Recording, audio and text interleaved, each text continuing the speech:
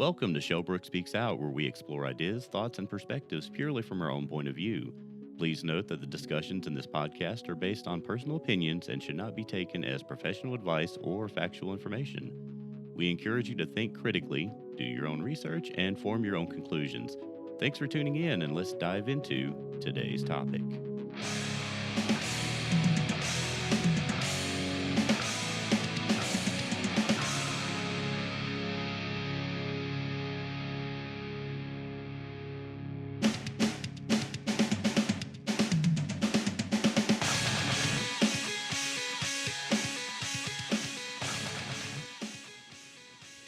Think about the last time someone truly surprised you.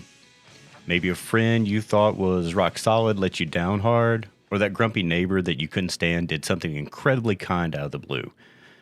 It's that moment of mental whiplash, right?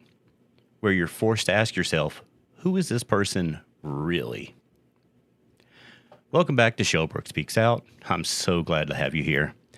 So how do we judge a person's character when the evidence is so conflicting? Let's explore a system. I want you to travel back in your mind for a minute, not to a specific day necessarily, but to a specific feeling. The feeling of being let down. The feeling of being disappointed by a broken promise. Maybe it was small. A friend promising to call you back and the phone staying silent all night long. A parent promising they'd be at your big game and you scanning the stands to find only an empty seat. Maybe it was big. A business partner promising they had your back right before they emptied the company account. A spouse standing in front of God and everyone promising to be faithful and then not being. The size of the promise doesn't matter as much as the feeling it leaves behind. It's a hollowed out feeling, isn't it? It's a unique kind of ache. It's not just about what you lost. The phone call, the audience member, the money, the fidelity. It's about the loss of something much bigger. It's the crumbling of a foundation. The promise, you see, was the blueprint for a future you thought you could count on. And when it's broken, you're left standing in the rubble, realizing the ground beneath your feet was never as solid as you believed. Words are the currency of our relationships. We trade them back and forth to build connections, to build trust, to build a shared reality. When someone gives you their word, they're handing you a piece of their character. They're saying, here, this is me. You can count on this. And when they break that promise, they're not just taking back their word. They're telling you that the currency they're dealing is counterfeit, that it has no value. And it makes you wonder what else they've told you might be worthless. This is the erosion of trust. It doesn't usually happen like a landslide all at once. It happens like a slow, steady rain on a hillside. One broken promise is a single drop, then another, and then another. And each one seems insignificant on its own, and you tell yourself, it's no big deal. He just forgot. She got busy. It happens. But over time, those drops of disappointment saturate the soil. They loosen the roots of your belief in that person. And then one day you look up and the entire hillside of your relationship has washed away. And you can't even pinpoint the exact moment it happened. You just know that the landscape of your trust is permanently and irrevocably,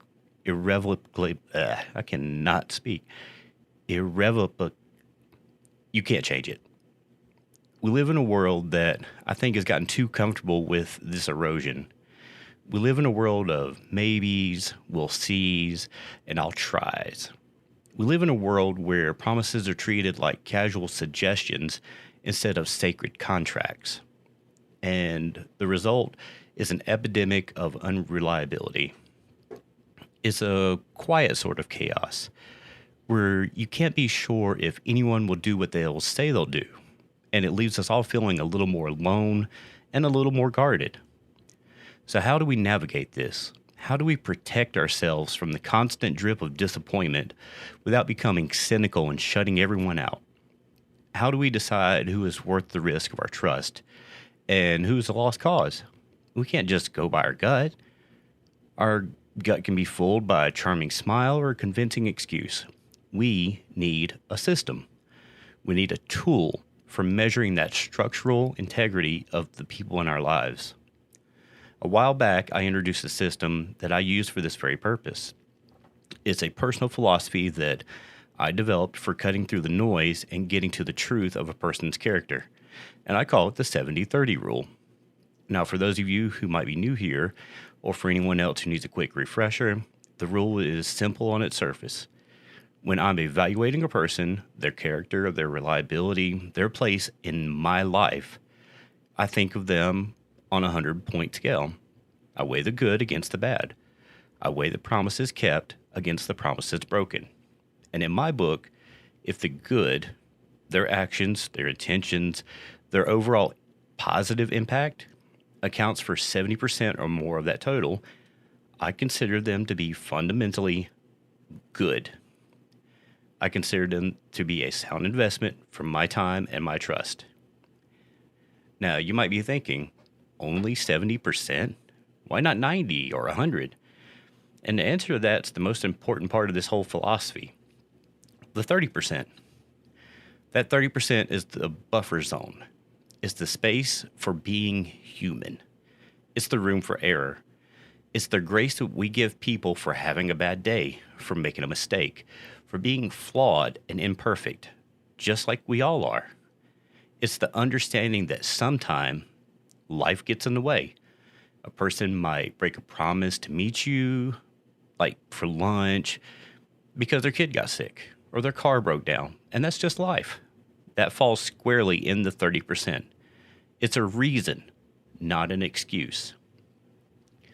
But the 30% is not a blank check for bad behavior. It's not a get out of jail free card.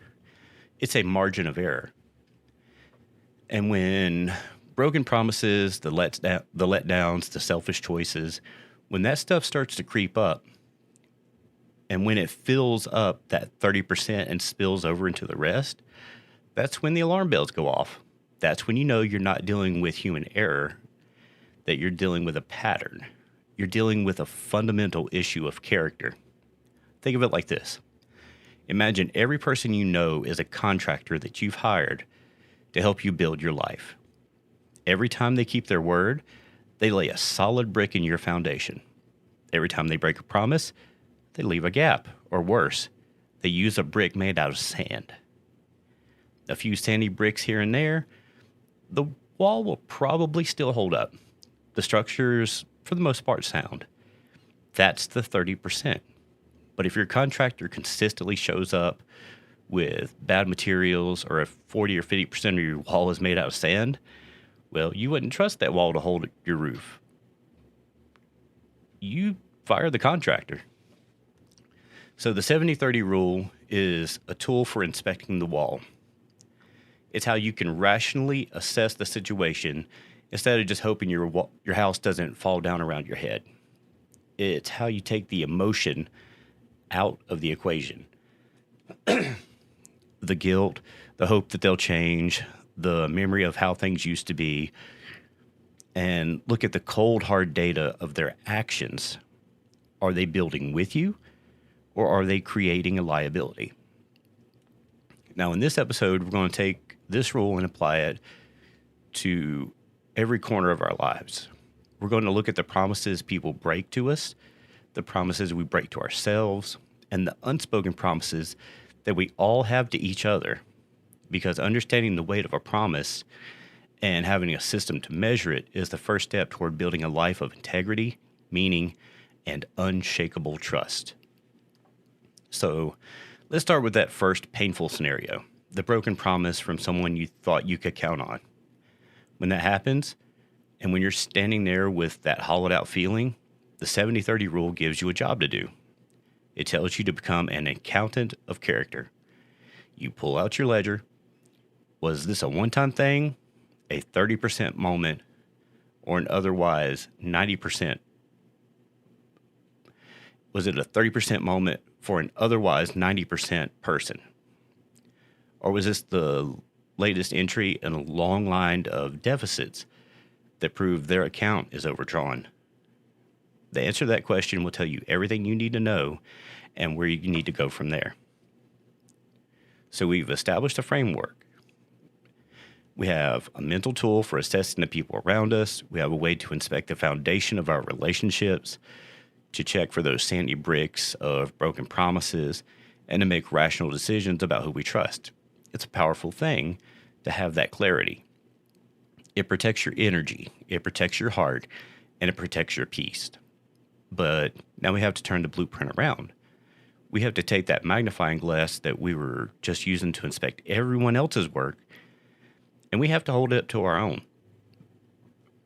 Because there's one contractor in your life who works more hours than anyone else, that has more influence than anyone else, and who can do more damage than anyone else if they are unreliable. And that contractor, that's you. So what about the promises you make to yourself? I want you to be brutally honest with me and with yourself right now. Think about the last promise you made to yourself and broke. Maybe it was just this morning. You'd promised you'd get up the first time the alarm went off, but you hit the snooze 3 times. Maybe it was last night. You promised you'd watch just one episode and then you'd go to bed at a decent hour. But Netflix autoplayed you into a state of mourning regret. Or maybe it was bigger. Think about January 1st. Think about that rush of new year, new me, that energy. The promises that we make under the glow of a brand new calendar. This is the year I'm finally going to get into shape.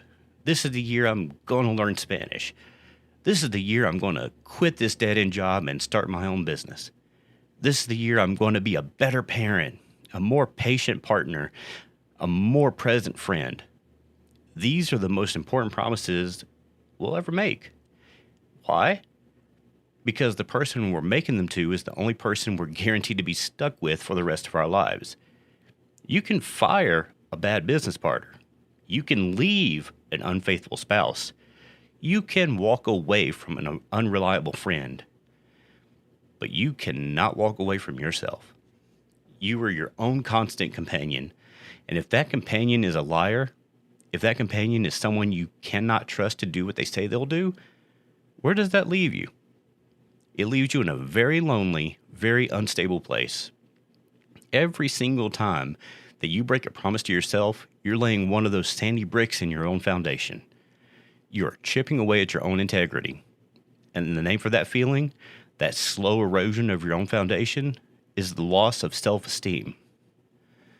So let's think about self-trust like a bank account. We'll call it our integrity account. When you're born, that account is full. You have perfect trust in yourself. But as you grow up, you start making transactions. And every time you set a goal and you achieve it, every time you make a promise to yourself and you keep it, you're making a deposit. You told yourself you'd study for the test, and you did. Cha-ching! Deposit. You told yourself that you'd save up for that car, and you did. Cha-ching! Deposit. You told yourself you'd finish a book, and you held it in your hands. Finished. Cha-ching! Your balance grows. You feel confident, capable, and reliable. You trust yourself. When you decide to do something, you have a history of success to draw on. Your internal credit score is sky high. But the opposite is also true. Every time you break a word to yourself, you make a withdrawal. You promised you'd start that diet on Monday, but by Tuesday, you're eating leftover pizza for breakfast. Withdrawal. You bought that guitar, promised you'd practice every single day, and now it's gathering dust over in the corner of your room. Withdrawal. You swore you control your temper, and then you lost it over something trivial. Big withdrawal. The scary thing is, the withdrawals often feel bigger than the deposits.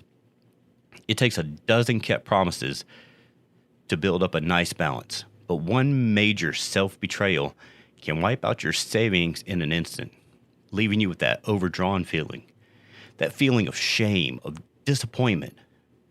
The voice in your head starts to whisper, "See? You can't do it. You always give up. You're lazy. You're a failure. That's the sound of the low balance in your integrity account. It's the sound of self-trust bankruptcy. And when you're in that state, what happens the next time you try to make a promise to yourself? You don't believe it. You can say the words, I'm going to start working out today. But the teller in your mind just laughs and stamps insufficient funds on your intention. You have no history of follow-through to back it up. You have taught yourself through a pattern of broken promises that your own word is worthless. This is where applying that 70-30 rule to yourself becomes the most profound act of self-improvement that you can possibly engage in. It's time to pull out your ledger and be your own accountability accountant. Look at the last year of your life. Look at the promises that you've made to yourself. The big ones, the small ones. Where do you stand? Are you living in that 70% and up range? Or are you a person, more often than not, does what they say they'll do? Or is your word reliable currency? Or have you been letting things slide?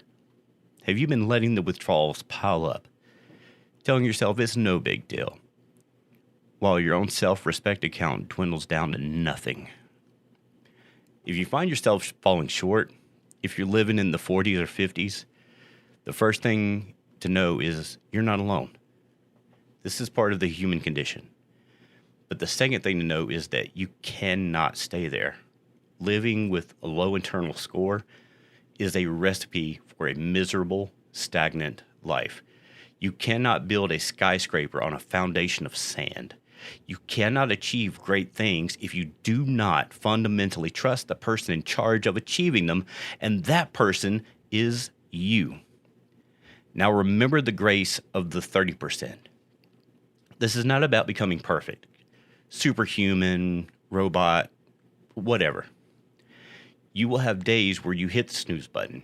You will have moments of weakness. You will skip a workout. You will eat the cake. And this is not failure. That is life. That is your 30% buffer. The goal is not perfection. The goal is integrity. The goal is to make sure that the vast majority of your ledger, the overwhelming balance of your account, is on the positive side. The goal is to be able to look at yourself in the mirror and know with confidence that you are someone who tries, someone that shows up, someone who promises, and it means something. So how often do you do it? How do you start making deposits again when your account's overdrawn? You start small. You stop making huge, vague promises that you know you can't keep. Instead of, I'm going to get in shape, you make a promise that you can actually track. I'm going to walk for 15 minutes every day this week. That's it. And then you do it. Each day, you do it. You hear that little ka-ching, and it's a small deposit. But it's a deposit nonetheless. And small deposits may consistently over time add up. They rebuild your balance. They rebuild your trust in yourself. Because the truth is, the outside world's opinion of you is secondary. People will come and go. Their judgments will rise and fall. But your judgment of you, that's forever. Building a 70% or higher score with yourself is the single most important construction project of your entire life. So if we know this, if we understand how vital it is to keep our word to ourselves and to others, why is it so damn hard to do? Why are we often so quick to judge other people for the very same lapses in discipline that we forgive in ourselves? It turns out it's not a matter of being lazy or motivated. Our brains are wired with some very specific glitches, some cognitive biases that will get in the way of both keeping our promise and judging them fairly. And understanding those glitches is the next step of taking control. So the last two segments have been building a case for accountability. We've talked about the importance of being able to trust others and the absolute necessity of being able to trust ourselves. We've established a logical framework, the 70-30 rule. to measure and maintain that trust. It all sounds so simple and so rational. Look at the data, weigh the actions, make a judgment, keep your own promises, maintain a high internal score. Simple. Except it's not. If it were that simple, we all be paragons of discipline, and all of our friends would be models of reliability. But that's not the world we live in.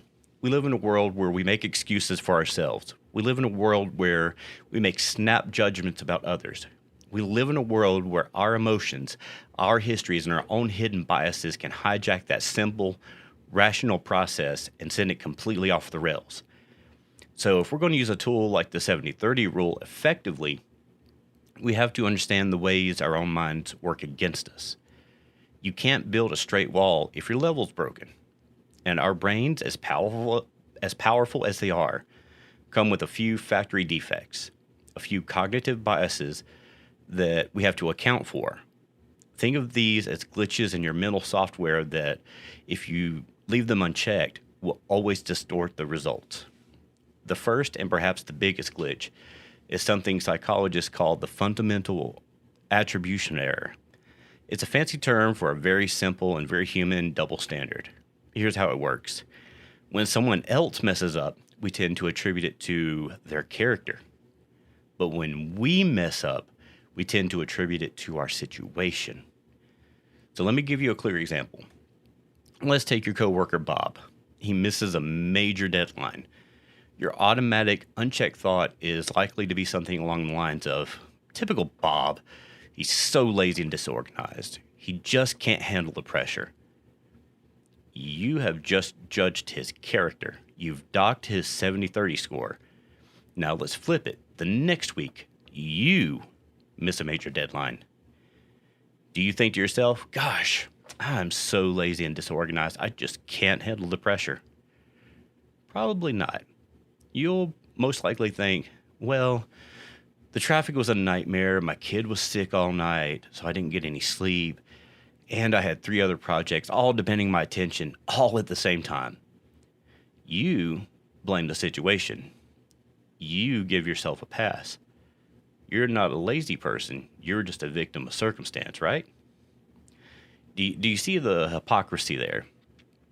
We judge others by their actions, but we judge ourselves by our intentions. We look at Bob and see a failure, but we look at ourselves and see someone who was trying to do their best under difficult conditions. This single bias is the root cause of so much unfair judgment.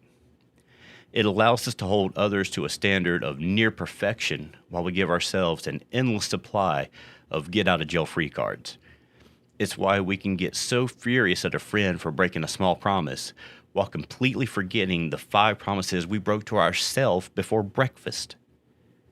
The second major glitch that messes with our judgment is called confirmation bias. This is the tendency for our brains to search for, interpret, and remember information in a way that confirms what we already believe. Once we've made up our mind about someone, our brain essentially becomes a biased lawyer, always looking for evidence that supports its case and ignoring anything that contradicts it.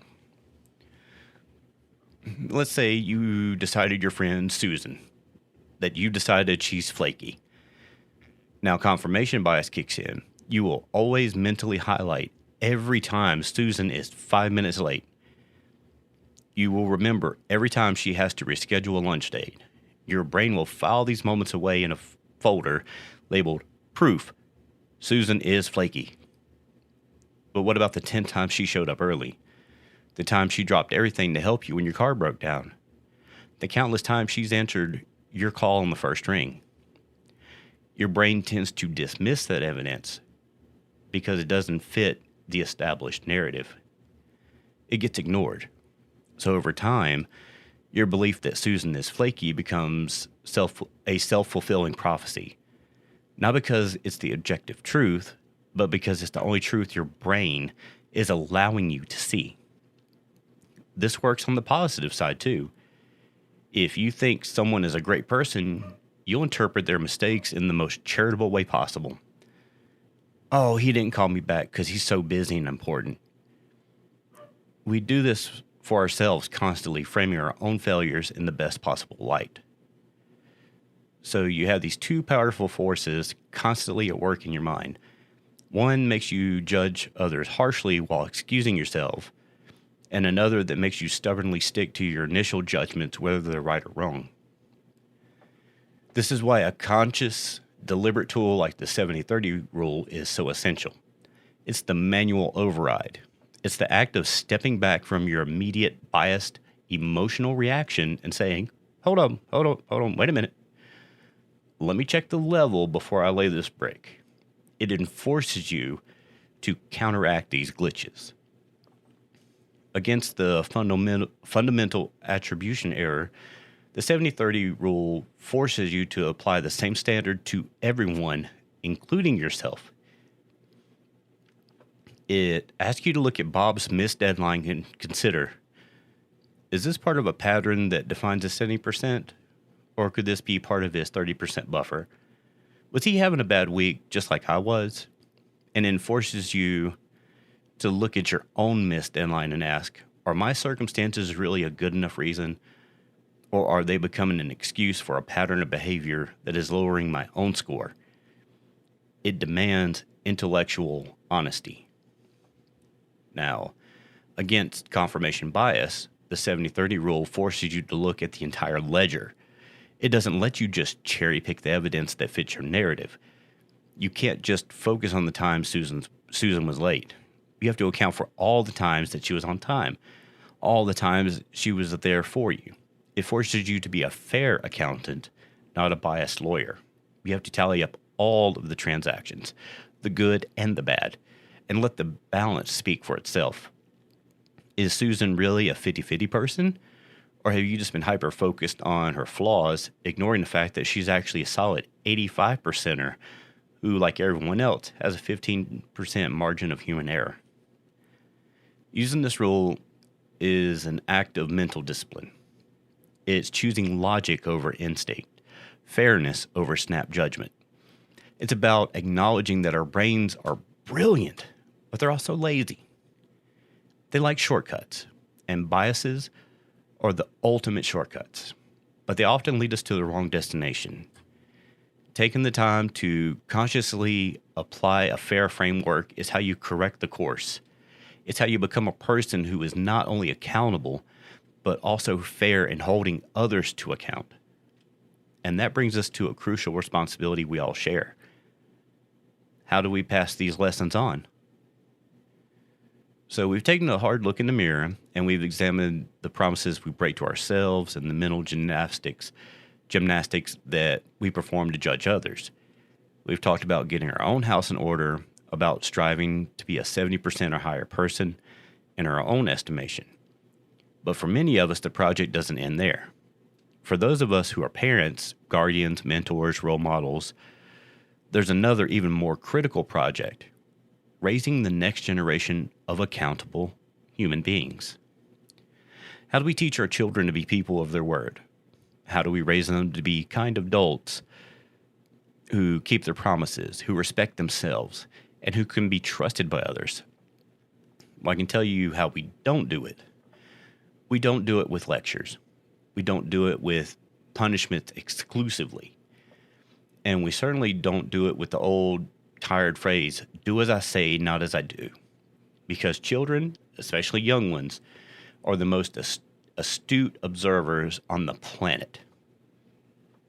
They are little scientists of human behavior, and their primary case study is you. They are watching you constantly. They see every promise you keep and every promise you break. Your own 70-30 score is their textbook. It is a curriculum from which they will learn everything they need to know about integrity. When you promise them that you'll play a game with them after they finish dishes and you do it, you're teaching them that a promise is a bond. When you promise you'll pick them up from school at 3 o'clock and you're there waiting, you're teaching them that reliability is a form of love. And when you promise that you'll be at their recital and you miss it because a work meeting ran late, you're also teaching them something else.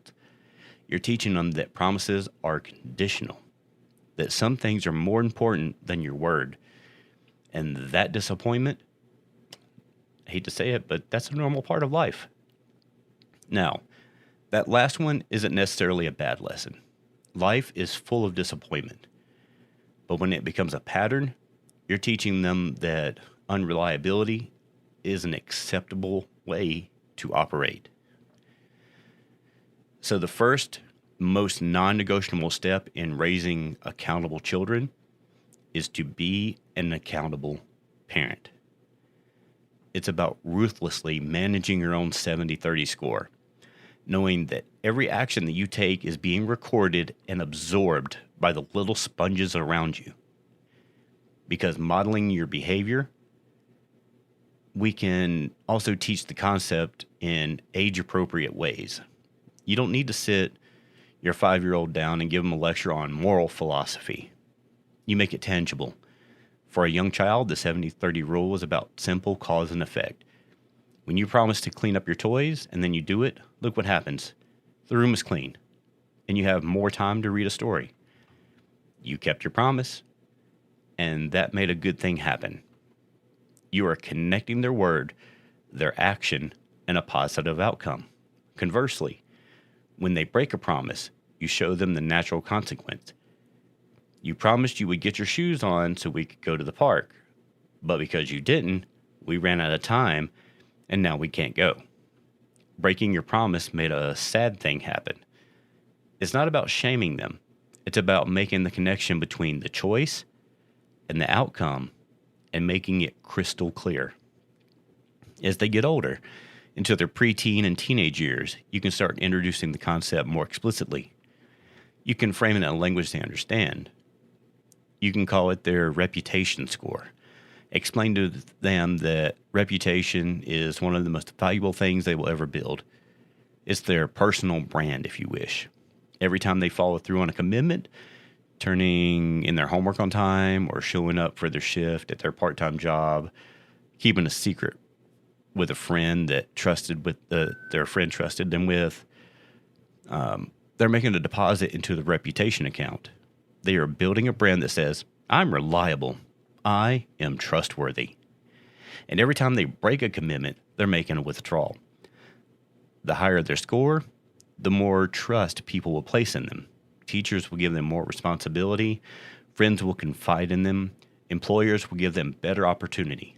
A higher reputation score opens those doors. A low score closes them.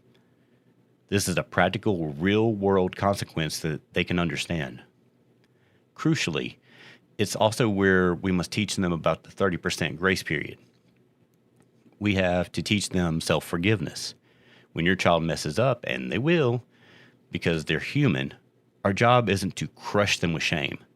Our job is to help them analyze the failure. Okay, you promised you'd study for that math test, and you didn't. You got a bad grade. Now let's talk about why. What got in the way? Were you distracted? Did you not understand the material? Let's make a better plan for next time. In that moment, you're teaching them how to manage their own internal ledger. You're teaching them that failure isn't a permanent stain on their character. It's a data point. It's a transaction that lowered their score, but it's not the end of the story. They have the power to make deposits tomorrow that'll raise it back up again. You're teaching them to be resilient, to learn from their mistakes, and to take ownership of their own comeback story. You are giving them the tools to be their own accountability accountant for the rest of their lives. This is one of our most sacred duties. We're not just raising children. We're raising the next generation of citizens, partners, parents, and leaders. We are raising the people who will one day be running the world. And that world will either be built on a foundation of integrity, trust, and accountability, or on a foundation of flimsy excuses and broken promises. The work we do inside the walls of our own homes, the examples that we set, and the lessons that we teach about the weight of a person's word, that is the work that will determine which future they build. But talking about it in the abstract is one thing. Let's get into the messy reality of it. Let's look at some complicated real-world scenarios and try to use our framework to untangle them. So this is where the rubber meets the road. We've talked about theory, we've talked about psychology, we've talked about ourselves and our kids. Now we're going to take that 70-30 rule and drop it in the middle of some of the messiest, most complicated human situations imaginable. We're going to use it to try and solve the hardest puzzles of judgment, telling the difference between a legitimate reason and a flimsy excuse. A reason is the 30% buffer of it. It's a valid, often unavoidable circumstance that prevents the commitment from being met. Your car gets a flat tire. That's the reason you're late. An excuse is a justification, often a self-serving one, used to deflect responsibility for that failure that was within your control. You're late because you hit snooze 5 times, saying traffic was bad is an excuse. This distinction is everything. It's the difference between giving grace and enabling bad behavior. So let's run some simulations, and as before, these are entirely fictional case studies. They're designed to feel as real and as complicated as life itself. So let's go back to Arthur, the man who runs the local animal shelter.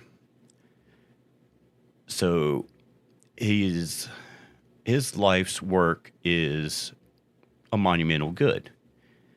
For 40 years, he's poured his heart and soul into saving thousands of animals. His actions, his impact are easily a 90 on a 100-point scale. He is a force for good. But, as we also know, Arthur is a deeply unpleasant man. He's abrasive, cynical, and often rude to the very people who are trying to help him.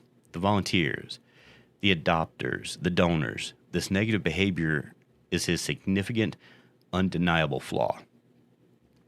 Now, let's add a layer. Let's say you learn Arthur's backstory. Years ago, he had a partner in the shelter, someone he trusted completely, who embezzled a huge amount of money, nearly bankrupting the entire operation and causing the deaths of several animals within their care. The betrayal broke something within him. It left him with a deep-seated distrust of people's motives, and his gruff exterior is the scar tissue from that wound. He keeps people at a distance because he's terrified of being hurt and seeing the animals hurt again. So here's the question. Is this backstory a reason for his behavior, or is it an excuse? This one's kind of tough. On one hand, it is a legitimate reason. His curmudgeonly nature isn't random. It's a trauma response. It's part of his story, and it explains where his behavior comes from. It allows us to feel empathy for him, and it falls into that 30% buffer of human imperfection and pain. Using the 70-30 rule, we can look at him and say, his work is a 90, his personality is a 10, but I understand the reason for that 10. The balance is still overwhelmingly positive. He remains a good person. However, the analysis doesn't stop there. While it may be a reason, at what point does the reason become an excuse for not trying to heal or grow? The trauma happened 20 years ago. It's still a valid reason. Is it still a valid reason for him to make a new 18-year-old volunteer cry because she put the dog food in the wrong spot? No. At that point, the backstory has morphed from a reason into an excuse. It becomes a shield that he uses to avoid taking responsibility for his own behavior and impact on others. That 70-30 rule allows us to hold both truths at once. We can say Arthur is a good man whose trauma provides a reason for his behavior, and he is also a man that is now using that reason as an excuse to be unkind, which lowers his overall score. Maybe he's not a 90-10. Maybe he's a 75-25. He's still in that good category, but his refusal to deal with his own wounds is actively damaging his positive impact. It's nuanced, but it's fair and a complete picture. Now let's look at a fictional pharmaceutical company. We'll call it Innovir. They created a drug that cured a terrible disease, a clear and massive good for humanity, but they polluted a nearby river during its development years ago. A clear, significant bad. The question was, do the ends justify the means? Now let's complicate it. Suppose a whistleblower leaks internal documents from that time. The documents showed that the scientists at Innovir were facing a terrible choice. They knew their manufacturing process was creating a toxic byproduct. They also knew that redesigning the process to be clean would take an estimated 3 years, and according to their projections, the disease they were fighting would kill another 500,000 people in that time. The document shows a series of agonizing meetings where the board voted narrowly to continue with the polluting process in order to get the cure to the public 3 years sooner and saving those 500,000 lives. They made a conscious trade-off, a local environment harm for a massive global life-saving good. Is this a reason or an excuse? This is a moral minefield, but the 70-30 framework forces us to weigh the ledger. On the bad side, you have a calculated, deliberate act of pollution. It was not an accident, it was a choice. On the good side, you saved 500,000 lives. Lives that would have otherwise been lost. Here, the why behind their actions seems to fall in the category of a reason, and profoundly compelling one at that. It was not done out of greed, but out of a utilitarian calculation to choose the lesser of two evils. Their promise to society is to save lives, and they fulfilled that promise in the most impactful way they could, while knowing it would come at a cost. The cleanup fund shows they were not trying to excuse their behavior, but rather to take responsibility for its consequences. The 70-30 score for Innovir in this light remains high. The massive world-changing good of saving 500,000 people simply outweighs the significant but contained and mitigated harm. It was a terrible choice with no clean answer, but they chose the path that saved more people. It's a reason, not an excuse. So let's say you have your best friend Mark, and you discovered they've been lying to you for 20 years about a fundamental part of their backstory. The lie doesn't change 2 decades worth of loyalty and support, but it calls the entire foundation of the friendship into question. Now let's explore the why. You confront Mark and he breaks down. He tells you the truth. The story he lied about. Let's say it was about a heroic act that he performed as a teenager, was something that he made up on the day he met you because he was deeply insecure. He saw how amazing you were and felt like that he had nothing to offer, nothing to make him seem worthy of your friendship. So he told a lie in a moment of panic, and it worked. You were impressed. But then he was stuck. The lie became part of the origin story. And for 20 years, he lived in terror of you finding out. But he was also terrified that if he confessed, he would lose the most important friendship in his life. He kept up the lie not to manipulate you, but out of a desperate, misguided fear of losing you. Is this a reason or an excuse? This is perhaps one of the more difficult ones because it's personal. The lie was not malicious. It was born from a place of insecurity and love for you.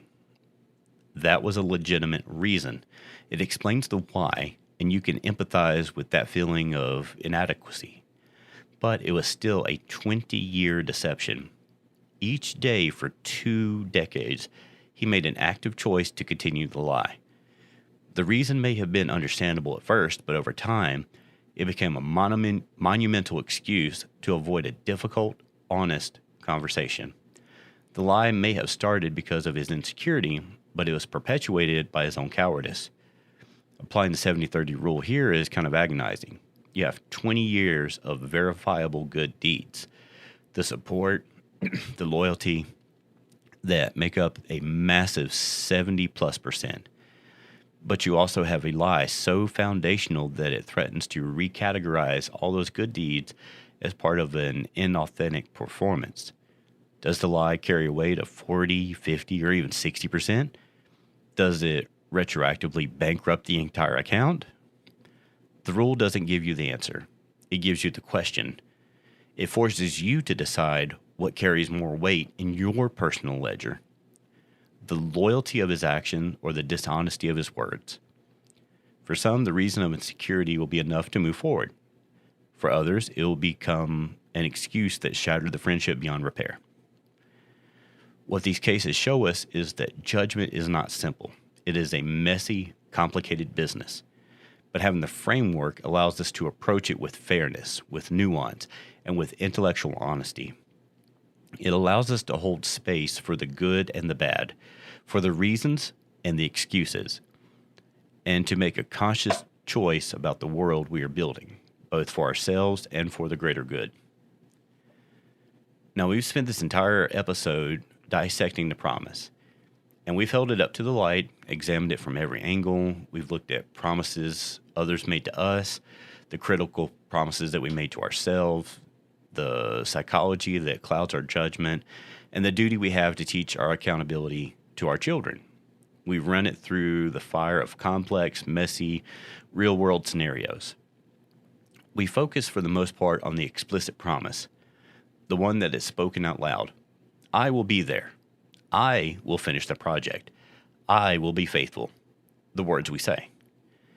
But I want to end today by talking about the most important promise of all, the one that's never spoken, but it's understood by everyone, the one we all make to each other, just by virtue of being alive and sharing this planet together. It's the unspoken promise.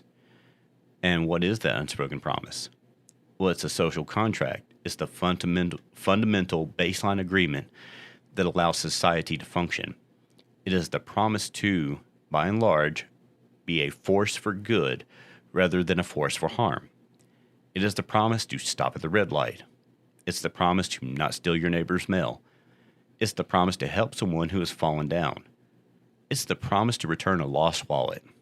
It's the million tiny daily acts of decency and cooperation that we all engage in.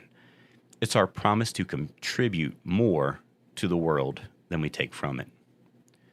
And this, I believe, is where the 70-30 rule finds its ultimate purpose.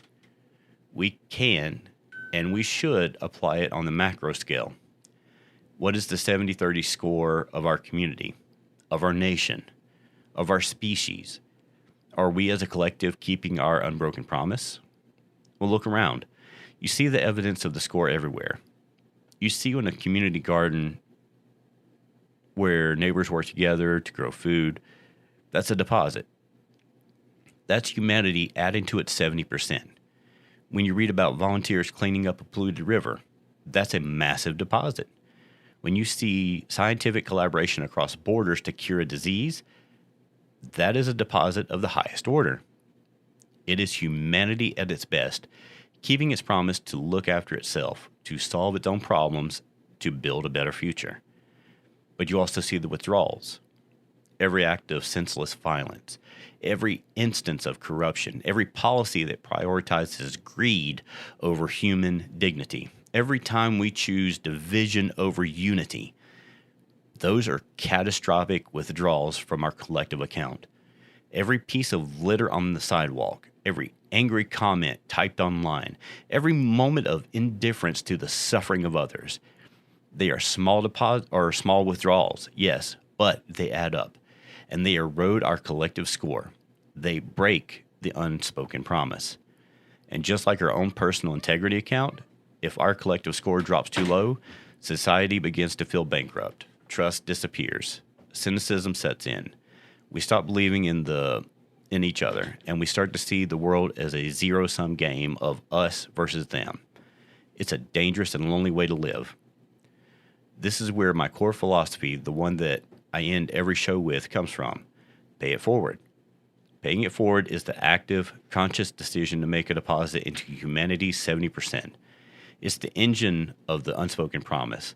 It's the recognition that we are all in this together, and the only way to raise our collective score is through individual acts of grace, kindness, and accountability.